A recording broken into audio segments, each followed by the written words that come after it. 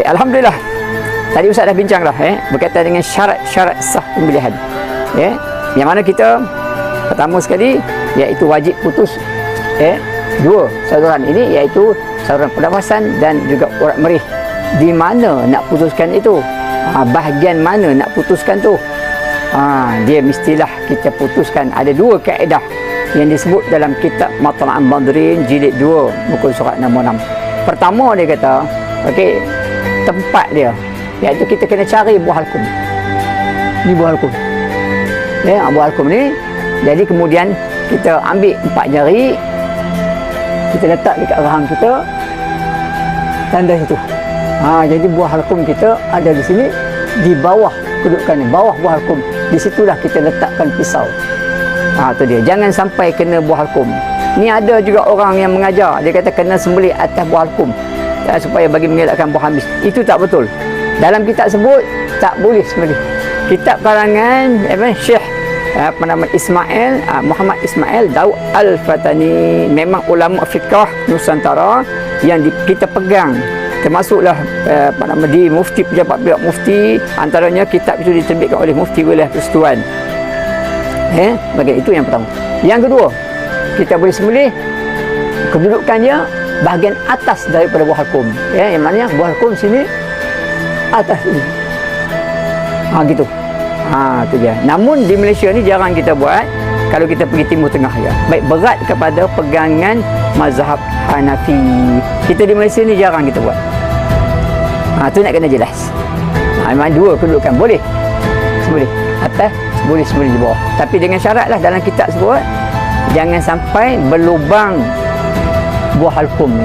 Bila berlubang buah halkum ini, dalam kitab Matla'an Badrin sebut tidaklah halal sembelihan kamu. Jadi haiwan itu menjadi bangkai. Itu tata cara syarak. Dan kiri kanan darah itu mesti diputuskan supaya mengalir. Haiwan itu dia cepat mati, dia tidak mati dalam keadaan tersiksa. Itu kena faham betul. Itu tempat sembelihan. Itu syarat sah. Jadi belah. Baik.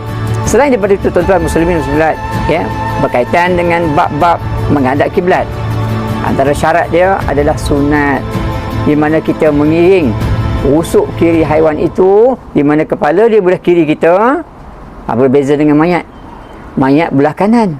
Kedudukan kepala bila kita solat, bila kita nak kerumikan lah. Makna ni, dia mana kepala belah kanan, baru menghadap kiblat. Jadi haiwan sembelihan rusuk kiri di bawah. Kerana apa? Sebab apa rusuk kiri di bawah? Sebab ada jantung dia, organ dia. Sebab saluran tadi Ustaz sebut ada dua-dua ni, kiri kanan ni, bermula daripada jantung ni, dia masuk melalui saluran nafas kita ni, kemudian dia bercabang dua kiri kanan, tapi dia mula daripada belah kiri kita. Jadi bila kita mengiring dia belah kiri, semua darah tu banyak keluar. Cantik sembelihan tu. Kenapa Nabi ajar begitu? Semua diambil kira dalam konteks bukan saja bila sebut syari'i ni ataupun syarak, sembelihan syarak ini, dia merujuk kepada segala bentuk sains penyembelihan, kaedah dia, organ manusia, sifat haiwan tu sendiri sama dia dengan manusia. Jantung dia berada belah kiri ni. Jadi fungsi hati, tempat fungsi pusat darah berada belah kiri.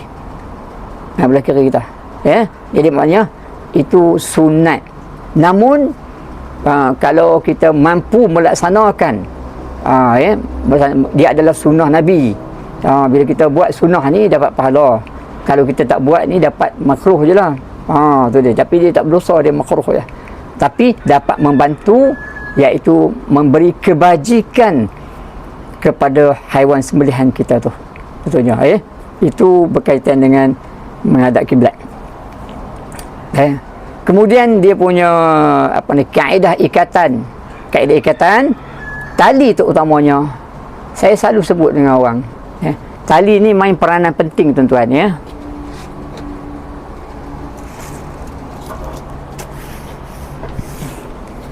Tali ni. Tali yang mana yang berada di tengkuk haiwan tu lah. Maka memang haiwan tu yang kita tambat itu dia pakai tali inilah. Ni tali nylon ni. Kita sebagai seorang penyembelih ini kena memastikan bahawa ikatan tali yang di leher tu semasa kita sembelih, jangan menjeruk leher. Dia mestilah V shape. V shape ni dia bermula macam tu. V tu bentuk tu. Dia rahang dekat rahang. Jadi dia tak bentuk V lah, bentuk V ni. Ya. Sebab dia letak kat sini. Rahang. Tali ke belakang. Dia naik ke belakang. Tali kita jangan ke belakang. Kalau ke belakang tu dia akan jerut leher. Tali tu naik buat bentuk V. Yang tu. Jadi dia tak blok saluran ni pernafasan. Jadi dia ke depan. Depan muka dia. Jadi kita ikat. Jangan tak ikat, jangan tak tambat. Ini banyak orang buat silap. Kalau kita ikat, kita ni tak ikat tuan-tuan ni. Kita ingat kita ni badan besar kan. Kita boleh pegang kepala. Hati-hati. Lagi satu, penyembelih. Jaga-jaga. Jangan sembelih sampai terpotong tali. Sebab tu penting bagi kita. Kita kena faham. Kena bentuk V-shape. V-shape gitu. Jadi letak dekat rahang ni. Ke depan. Sampai ke depan kita. Jadi dia tak blok saluran pernafasan. Dan di situ juga ada elemen yang mana kita tidak menyiksa haiwan. Bila kita menyiksa haiwan ini, perkara tersebut adalah zalim. Bila zalim tuan-tuan, dia adalah hukum. Nabi sebut haram.